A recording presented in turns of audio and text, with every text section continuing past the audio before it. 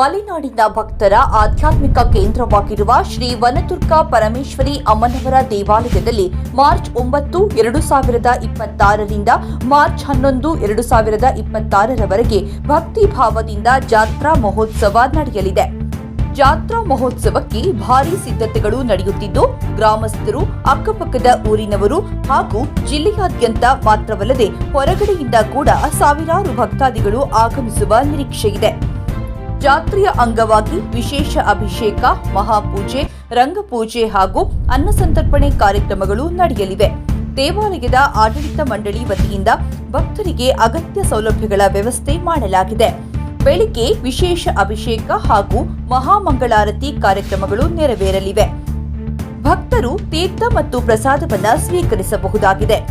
ಮಧ್ಯಾಹ್ನ 3 ಗಂಟೆಗೆ 6 ಪಲ್ಲಕ್ಕಿಗಳಲ್ಲಿ ಹೊಸನಗರದ ಮಾವಿನಕೊಪ್ಪ ಶ್ರೀ ಗಂಗಾಧರೇಶ್ವರ ದೇವಸ್ಥಾನ ತಲುಪಿ ಅಲ್ಲಿಂದ ವಿಶೇಷ ಪೂಜೆಗಳೊಂದಿಗೆ ವಸವಿ ಸಾನ್ನಿಧ್ಯಕ್ಕೆ ಭಕ್ತರ ಸಮ್ಮುಖದಲ್ಲಿ ಆಗಮಿಸಲಿದ್ದಾರೆ. ಸಂಜೆ 7 ಗಂಟೆಗೆ ದೇವಾಲಯದ ಸಾನ್ನಿಧ್ಯದಲ್ಲಿ ರಂಗಪೂಜೆ ನಡೆಯಲಿದೆ.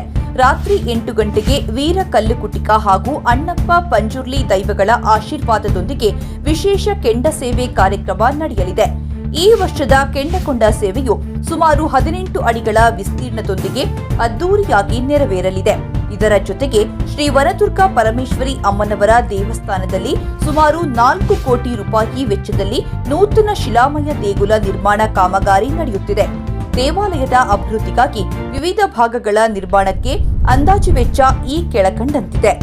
ದೇವಸ್ಥಾನದ ಪಂಚಾಂಗ ಸುಮಾರು 8 ಲಕ್ಷ ರು, ಆನೆಕಲ್ಲು ಮೆಟ್ಟಿಲು ಸುಮಾರು 8.5 ಲಕ್ಷ ರೂಪಾಯಿ, ಗರ್ಭಗುಡಿ ನಿರ್ಮಾಣ ಸುಮಾರು 1 ಕೋಟಿ 50 ಲಕ್ಷ ರೂಪಾಯಿ, ಕಬೋಧ ಪಾಣಿಪೀಠ ಸುಮಾರು 16 ಲಕ್ಷ ರು, ಮರದ ಬಾಗಿಲು ಸುಮಾರು 8 ಲಕ್ಷ ರು, ಮರದ ಪ್ರಧಾನ ಬಾಗಿಲು ಸುಮಾರು 5 ಲಕ್ಷ ರು, ಮುಖಮಂಟಪ ಸುಮಾರು 3 ಲಕ್ಷ ರು, ಮರದ ಕರ್ಣ ಮುಚ್ಚಿಗೆ ಸುಮಾರು 5 ಲಕ್ಷ ರು, ಮುಖಮಂಟಪದ ಕಂಬ ಒಂದಕ್ಕೆ ಸುಮಾರು 5 ಲಕ್ಷ ರು, ಗರ್ಭಗುಡಿಯ ನೆಲಹಾಸು ಸುಮಾರು 25 ಲಕ್ಷ ರು, ದೇವಸ್ಥಾನದ ಗ್ರಾನೈಟ್ ಹಾಸು ಸುಮಾರು 30 ಲಕ್ಷ ರು, ಗಂಠಾ ಮಂಟಪದ ಕಿಟಕಿ ಸುಮಾರು 3 ಲಕ್ಷ ರು, ಶಿಲಾಮಯ ದಾರಂದ ಸುಮಾರು 5 ಲಕ್ಷ ರು, ಭೋಜನ ಶಾಲೆ ನಿರ್ಮಾಣ ಸುಮಾರು 35 ಲಕ್ಷ ರು. ಈ ಎಲ್ಲಾ ಕಾಮಗಾರಿಗಳು ಪೂರ್ಣಗೊಂಡ ಬಳಿಕ ಭಕ್ತರಿಗೆ ಉತ್ತಮ ಸೌಲಭ್ಯಗಳು ಲಭ್ಯವಾಗಲಿವೆ ಎಂದು ದೇವಾಲಯದ ಆಡಳಿತ ಮಂಡಳಿ ತಿಳಿಸಿದೆ. ಭಕ್ತರು ಹಾಗೂ ದಾನಿಗಳು ಸಹಕಾರ ನೀಡುವಂತೆ ಮನವಿ ಮಾಡಲಾಗಿದೆ.